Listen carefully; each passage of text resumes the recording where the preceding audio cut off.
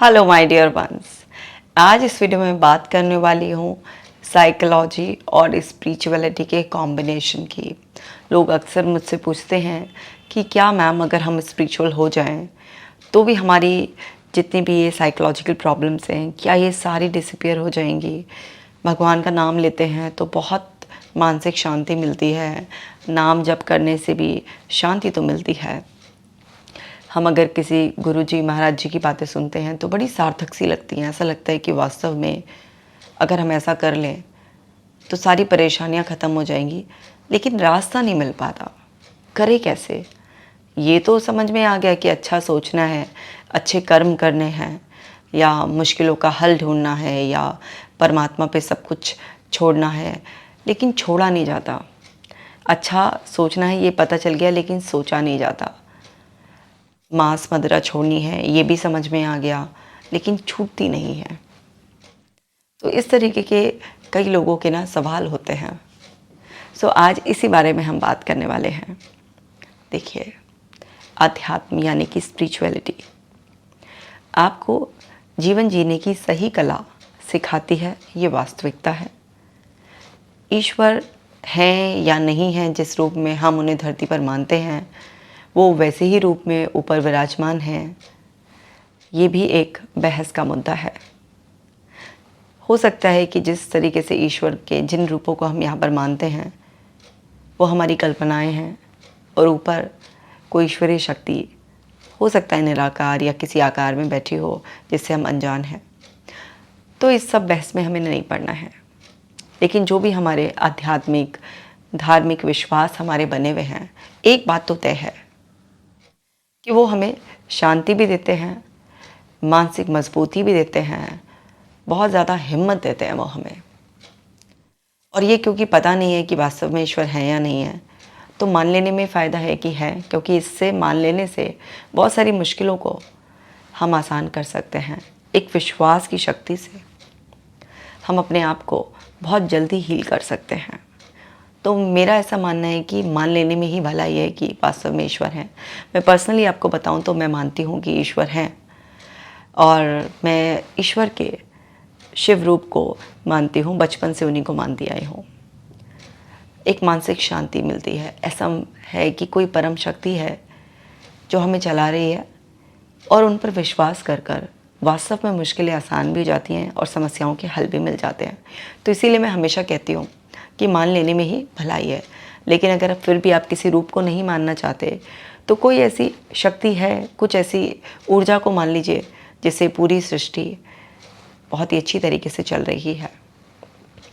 अब इस मुद्दे पर आते हैं कि क्या आध्यात्मिक प्रक्रिया से हम अपने मानसिक जो परेशानियां हैं, मानसिक रोग हैं, उनको पूरी तरीके से ठीक कर सकते हैं। तो देखिए, इसका एक ऐसा जवाब है कि कोई भी आध्यात्मिक प्रक्रिया आपको मन की शांति देती है, एक अदृश्य शक्ति पर आपका विश्वास मजबूत कर सकती है, आपको जीवन जीने की सलीका सिखा सकती है कि आपको सुबह जल्दी उठना चाहिए, भगवान का ध्यान करना चाहिए, आपको अच्छा सात्विक भोजन करना चाहिए, अच्छे विचार करने चाहिए, दूसरों का आदर करना चाहिए, आपके सारे कर्म शुद्ध होने चाहिए जिससे कि उनके फल भी अच्छे हों, आपको लोगों को माफ़ कर देना चाहिए, जीव हत्या बंद होनी चाहिए, आपको मांस मदिरा से दूर रहना चाहिए, समय से सोना चाहिए, प्रभु ध्यान करना चाहिए, आपस में भाईचारे का व्यवहार करना चाहिए, अपने काम को ईमानदारी से करना चाहिए। ये सब चीज़ें आध्यात्मिक प्रक्रिया आपको सिखाती है। क्या आप लाए थे, क्या आप लेकर जाएंगे, खाली हाथ आए थे और खाली हाथ ही जाना है, इसके बहुत सारे उदाहरण दिए जाते हैं। और कहने का मतलब ये है कि वहाँ पर ये सिखाया जाता है कि एक इंसान को बहुत ही सादगी भरा, शांति भरा जीवन जीना है, क्योंकि वास्तविक जीवन वही है। तो ये सारी लाइफ स्किल्स हैं जिनके ऊपर साइकोलॉजी भी बात करती है, बस थोड़ा सा ज़बान बदल जाती है। वहाँ पर आध्यात्मिक भाषा ना होकर मनोविज्ञान की भाषा आ जाती है। आपने मेरी इससे भी पहले बहुत सारी वीडियोस देखी होंगी जिसमें हम लाइफस्टाइल चेंज करने की बात करते हैं।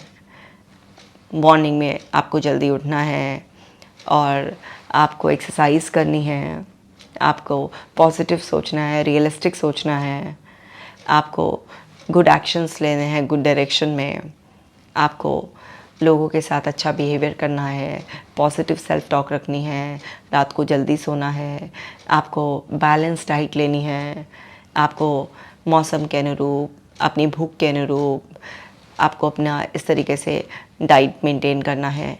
अल्कोहल से, किसी भी तरीके के और नशा, चाहे वो कोई भी नशा हो, उससे अपने आप को दूर रखना है। तो ये सारी चीज़ें साइकोलॉजी भी बताती है। ये बिल्कुल ऐसा ही है कि कोई ए फॉर एप्पल सिखा रहा है, लेकिन किसी ने सिर्फ मुंह से बता दिया ए फॉर एप्पल, किसी ने एप्पल को दिखा दिया है कि एप्पल कैसा होता है ना, किसी ने बोर्ड पर ड्रॉ कर दिया है, कोई आपको एप्पल गार्डन ही ले गया है। तो अलग अलग तरीके से समझाने का तरीका हो सकता है, लेकिन साइकोलॉजी और स्पिरिचुअलिटी कॉमन ही बात करते हैं, कुछ अलग अंदाज में। अब फ़र्क क्या है? फ़र्क ये है कि जैसे स्पिरिचुअलिटी में, आध्यात्मिक प्रक्रिया में आपको ये जानने के लिए मिला कि हमें पॉजिटिव रहना है, हमें ईश्वर पर भरोसा करना है, हमें अच्छे कर्म करना है, हमें मांस मदिरा को छोड़ना है, ये आपको पता चल गया। लेकिन अब इसको छोड़ना कैसे है, इसका step by step process psychology better way में डिफ़ाइन करती है। क्योंकि जितने भी आध्यात्मिक गुरु या कोई भी इस तरीके की गुरु माँ होते हैं, वो सब आपको अपने प्रवचनों के ज़रिए ये सब बातें आपको बताते हैं, संदेश आपको मिलता है। कुछ लोग अपने अंदर की अंदरूनी शक्ति के ज़रिए ये बात सुनकर अपने जहन में बिठा लेते हैं, और उनके लिए अपने मन पर काबू पाना, किसी भी चीज़ को छोड़ देना, किसी आदत को बदल लेना आसान होता है। लेकिन वहीं पर दूसरी तरफ ऐसे बहुत लोग हैं जो ऐसा जानने के बाद भी कर नहीं पाते हैं। मतलब पता होने के बाद भी उनका मन उनके काबू में नहीं होता है, और बार बार वो गलती वैसे करते हैं, और फिर उनको पछतावा होता है कि क्या कर रहे हैं। तो जिसका मन मजबूत है, उसे ना किसी आध्यात्मिक ज्ञान की ज़रूरत है और ना ही किसी मनोवैज्ञानिक ज्ञान की ज़रूरत है। वो अपनी जागरूकता के बल पर ऐसे छोड़ देगा आसानी से। लेकिन जिसका अपने मन पर काबू नहीं है, जिसका पता ही नहीं है कि इस मन पर काबू करते कैसे हैं, वो चाहे कितने भी आध्यात्मिक प्रवचन सुन लेगा या फिर कोई भी मनोवैज्ञानिक प्रक्रिया जान लेगा, सिर्फ जानने से उसका कुछ नहीं होगा। उसको किस तरीके से अपने जीवन में उतारना है, कौन कौन से चरणों से गुजरना है, क्या क्या स्टेप्स उसको फॉलो करने होते हैं, उसके लिए उसको एक प्रॉपर ट्रेनिंग की ज़रूरत होती है। और वो ट्रेनिंग आपको साइकोलॉजिकल प्रोसेस में ही मिलती है।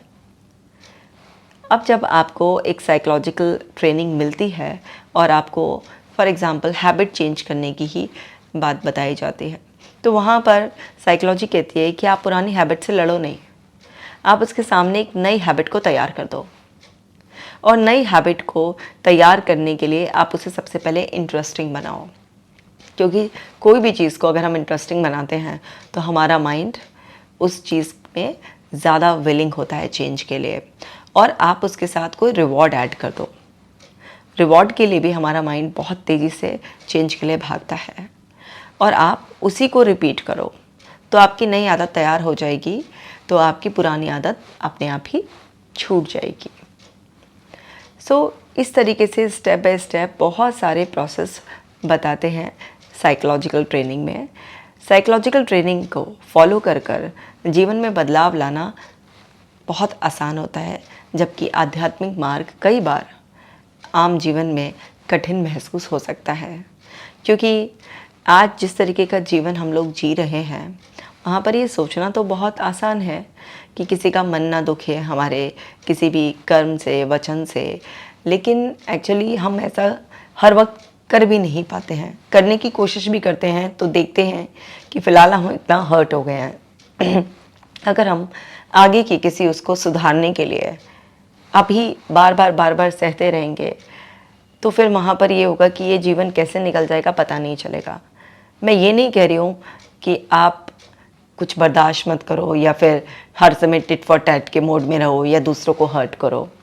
मैं ये कह रही हूँ आपसे कि बहुत ज़्यादा सहन शक्ति आप बढ़ाने के बावजूद भी महसूस करेंगे कि कुछ लोग ऐसे हैं जो आपको बार बार हर्ट करेंगे, और फिर आपको अपने लिए स्टैंड लेना ही पड़ेगा, उनको फेस करना ही पड़ेगा।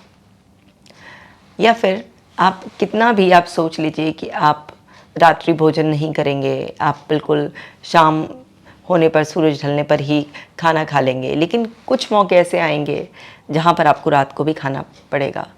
बहुत बार ऐसा होगा कि किसी न किसी कारण की वजह से आपको जितना नाम जप करना चाहिए था, आप उतना नहीं कर पाएंगे। तो कई बार क्या होता है कि आध्यात्मिक प्रक्रिया में इस तरीके से मैंने बहुत सारे केसेस देखे हैं कि लोगों के अंदर एक ग्लानि की भावना पैदा होती है कि हम ईश्वर को ही चीट कर रहे हैं, हमने ये नाम जप लिया था, हम नहीं कर पा रहे हैं। वो एक बहुत ही कॉन्फ्लिक्ट में चले जाते हैं। और कई बार ऐसा होता है कि आध्यात्मिक जो प्रक्रिया होती है वो इतनी गहरी हो जाती है मन में कि ऐसा लगता है कि जो सांसारिक जीवन है उससे मोह भंग हो रहा है। बहुत सारी इस तरीके की संस्थाएं हैं जो बहुत कड़े नियम पालन करने के लिए कहते हैं। तो मेरे पास ऐसी बहुत सारी लेडीज़ आती हैं जहाँ पर वो पति से ही दूरी बनाने शुरू कर देती हैं शारीरिक तौर पर, क्योंकि उनको लगता है कि पति के साथ शारीरिक संबंध बनाना ये सही नहीं है। आध्यात्मिक उसमें इस चीज़ को बनाने के लिए, इस तरीके के संबंध बनाने के लिए ऐसा कहा जाता है कि अगर आपको संतान की उत्पत्ति करनी है, केवल तभी इस तरीके के संबंध बनाने चाहिए, और वरना केवल शरीर के सुख के लिए ऐसा नहीं करना चाहिए। उस ऊर्जा को आपको नष्ट नहीं करना चाहिए, बल्कि आपको भगवान के नाम लेने में उस ऊर्जा को लगाना चाहिए। इस तरह से बहुत सारे ऐसे मैंने केसेस देखे हैं जहाँ पर लेडीज़ का उनके हस्बैंड से धीरे धीरे कॉन्फ्लिक्ट बढ़ने लगता है कि हस्बैंड इस चीज़ की डिमांड कर रहे हैं, लेकिन वो अपने नाम जप में लगी हुई है। सुबह 3:30 बजे उठकर बताया गया है कि ये मेडिटेशन करना है, नहाना धोना है, ये करना है। तो इस तरीके से बहुत ज़्यादा मतलब कड़े नियम होने की वजह से बहुत लोग इसको बहुत गलत तरीके से ले लेते हैं, जबकि वास्तविकता में आध्यात्मिक प्रक्रिया का मतलब ये बिल्कुल भी नहीं होता है कि आप जिस युग में पैदा हुए हैं, जो वहाँ पर सांसारिक सुख हैं, आप उससे बिल्कुल ही मन मोह लें। उसका मतलब होता है कि आप इन्हीं सारे सांसारिक सुख को भोगते हुए भी अपनी जीवन शैली में ईश्वर के लिए भी एक ऐसा समय निकालें जिसमें आप अपनी ही मानसिक शांति के लिए, अपने ही कर्मों की शुद्धि के लिए, अपने ही फायदे के लिए ही अपने बैठे हुए अंदर ईश्वर का ध्यान करें। यानी कि आपकी अपने आप से मुलाकात हो, क्योंकि हम सब ईश्वर के अंश हैं, जिसके लिए ज़रूरी नहीं है कि आप कहीं घंटा 2 घंटा किसी मंदिर में जाकर ही बैठें या किसी ध्यान केंद्र में जाकर ही बैठें। आप अपना सांसारिक जीवन जीते हुए, अपनी सारी जिम्मेदारियों का निर्वाह करते हुए आप भगवान का नाम ले सकते हैं। जितना भी आपकी श्रद्धा हो, आपके पास समय हो और आपके परिवार की स्थिति ना बिगड़े, वहाँ पर कोई भी आपकी वजह से इस बात के लिए दुखी ना हो कि आप उन्हें खाना पीना देने की बजाय, उन्हें समय देने की बजाय बस नाम जप में लगे हुए हैं। ये सब चीज़ें आपकी डिस्टर्ब ना हो और आप ईश्वर का नाम ले सकते हैं, क्योंकि कोई भी परम शक्ति ऐसा बिल्कुल भी नहीं चाहेगी कि उन्होंने अपनी ही बनाई हुई दुनिया में जो उनके बच्चे हैं, उनके जीवन में किसी भी वजह से, उनके नाम लेने की वजह से कोई कष्ट कलेश है। लेकिन बहुत सारे लोग इस चीज़ को इस तरीके से ले लेते हैं और थोड़ा ऑब्सेस्ड हो जाते हैं, तो वहाँ पर वो चीज़ गलत है। दूसरा, आध्यात्मिक प्रक्रिया के जो प्रचार करने वाले हैं, एक से एक महान गुरु भी हैं और सब अपने लेवल पर लोगों को जीवन शैली सुधारने और जीवन जीने की कला सिखाने का अद्भुत प्रयास कर रहे हैं। लेकिन फिर भी कहीं ना कहीं जिस तरीके से वो सारी अच्छी आदतें अपनानी हैं, उनकी ट्रेनिंग अभी उस लेवल पर नहीं हो रही है जिससे कि लोगों को एक क्लैरिटी मिले। इसलिए साइकोलॉजिकल प्रोसेस, साइकोलॉजिकल ट्रेनिंग ज़्यादा महत्वपूर्ण बन जाती है, क्योंकि वहाँ पर आप पर्सनली उन सारी स्किल्स को सीखते हैं जिससे कि प्रॉब्लम सॉल्व होती है। और रही बात यह है कि अगर कोई इंसान है बहुत डिप्रेशन में चला गया, बहुत एंग्जाइटी है, उसको नींद नहीं आ रही है, या किसी और को बहुत ही लाइक मेजर डिसऑर्डर हो गए, किसी को स्किज़ोफ्रेनिया हो गया, किसी को बाइपोलर डिसऑर्डर हो गया, कोई साइकोसिस में चला गया, अलग अलग अलग तरीके के जो इस तरीके के, किसी को ओसीडी हो गया। तो बेसिकली आध्यात्मिक प्रक्रिया आपकी जो हालत है उसको बेहतर कर सकती है, लेकिन उसको पूरी तरीके से जिस तरीके का इलाज चाहिए वो साइकोलॉजिकल प्रोसेस ही आपको अपनाना पड़ेगा, साइकोलॉजिकल ट्रेनिंग ही अपनानी पड़ेगी।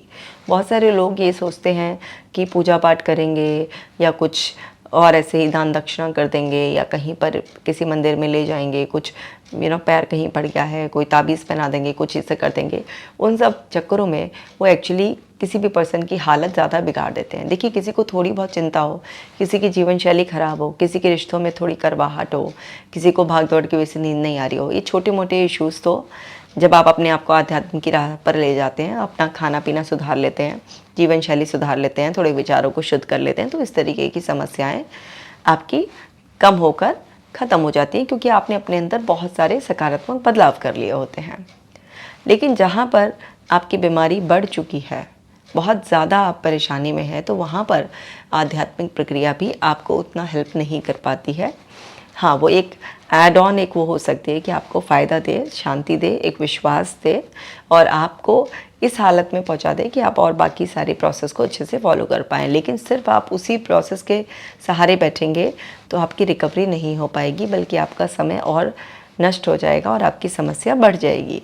क्योंकि इस तरीके के बहुत सारे केसेस आते हैं जो पहले कुछ झाड़ फूँक में किसी मंदिर में ले गए कुछ भूत उतरवाने के लिए, या किसी भी आध्यात्मिक प्रक्रिया में कुछ अंगूठी बना दी, धागा बंधवा दिया, कुछ गले में पहना दिया। इस तरीके के बहुत सारे प्रोसेस में बहुत समय वेस्ट हो जाता है और फिर एक पर्सन की हालत ज़्यादा ख़राब होने लग जाती है। तो समझने वाली बात यह है कि जिस चीज़ का जो इलाज है, जो सही तरीका है, वही अपनाना पड़ेगा। तो आध्यात्मिक मार्ग को अपना लीजिए, क्योंकि उससे असीम शांति का अनुभव होता है। लेकिन साइकोलॉजिकल ट्रेनिंग बहुत इम्पॉर्टेंट है, क्योंकि जो भी अध्यात्म के ज़रिए मैसेज आपको दिया जा रहा है उसमें मेजर पोर्शन ईश्वर केंद्रित होते हैं, उनकी महिमा, गुणगान, उनका ध्यान करना, उनका सहारा लेना। लेकिन जो आपको साइकोलॉजिकल इश्यूज़ हैं, जो आपको बीमारी है, तो उसको तो फिर एक प्रॉपर स्टेप बाय स्टेप एक प्रोसीजर से ही ठीक किया जाएगा ना। उसके लिए स्किल्स बहुत डिफरेंट होती हैं, जो कि स्पिरिचुअलिटी में आपको सीखने के लिए नहीं मिलेंगी। आप किसी भी अगर स्पिरिचुअल गुरु के पास जाकर ओसीडी का इलाज कराना या स्किज़ोफ्रेनिया का इलाज कराना या किसी भी और डिसऑर्डर का ऐसे इलाज कराना, तो वहाँ से आपको वो हेल्प नहीं मिलेगी। वो साइकोलॉजिकल एक स्पेशल प्रोसेस से ही हेल्प मिलेगी कि ब्रेन की फंक्शनिंग कैसे है, उसमें आपको जो स्टिमुलस मिल रहे हैं, जो ट्रिगर्स हैं, आपको उनको कैसे फ्यूज़ करना है, किस तरीके से अपनी एंग्जाइटी को बियर करना है, किस तरीके से आपको अपने एक्शंस को चेंज करना है। ये सब चीज़ें जो स्पेसिफिक गाइडेंस है, जो ट्रेनिंग है, वो आपको साइकोलॉजिकल प्रोसेस से मिलेगी। लेकिन हाँ, मैं इतना ज़रूर कहूँगी कि अगर आप दोनों को कंबाइन कर देते हैं और किसी भी ट्रीटमेंट को लेते वक्त अगर आप ईश्वर पर भरोसा रखते हैं, आपकी असीम श्रद्धा होती है और आप स्पिरिचुअल पाथ को भी उसमें ऐड कर लेते हैं, तो ऑफ कोर्स आपकी रिकवरी जर्नी फास्ट हो जाती है। लेकिन सिर्फ एक स्पिरिचुअल मार्ग के भरोसे अगर आप बैठेंगे तो इवेंचुअली आपको डिसअपॉइंटमेंट ही होगा। तो आप अपने साइकोलॉजिकल प्रोसेस, हीलिंग प्रोसेस को ही फॉलो करें और साथ में स्पिरिचुअलिटी को आप फॉलो कर सकते हैं। उम्मीद कर रही हूँ कि अब आपका कन्फ्यूजन दूर हो गया होगा, क्योंकि बहुत सारे लोगों को अक्सर ये सवाल रहता है। सो मैंने इसीलिए सोचा कि ये वीडियो मैं ज़रूर बनाती हूँ, ताकि बहुत सारे लोगों के मन में और भी सवाल उठता होगा तो उनको भी उसका सही जवाब मिल जाएगा। तो स्पिरिचुअलिटी ज़रूर अपनानी चाहिए हर इंसान को, लेकिन साथ ही साथ हमें एक राइट प्रोसेस भी अपनाना बहुत ज़्यादा ज़रूरी है, और दोनों का कॉम्बिनेशन तो बेस्ट है ही। सो इस वीडियो को शेयर ज़रूर कीजिएगा, ताकि लोग मिसगाइड होने से बचें, और जो लोग अलग अलग ज़रिए से अपने आप को ठीक कर कर अपना समय नष्ट कर देते हैं, वो समय नष्ट ना करें और बचाएं उस समय को, और बहुत जल्दी से अपना साइकोलॉजिकल ट्रीटमेंट स्टार्ट करें, और साथ ही साथ ईश्वर का धन्यवाद देते हुए कि उनकी कृपा से आप ठीक हो रहे हैं, बहुत जल्दी से अपने जीवन को फिर से खुशहाली से जीने के लिए तैयार हो जाएं। मैं मिलूँगी आपसे नेक्स्ट वीडियो में। आप अपना खास ख्याल रखिएगा।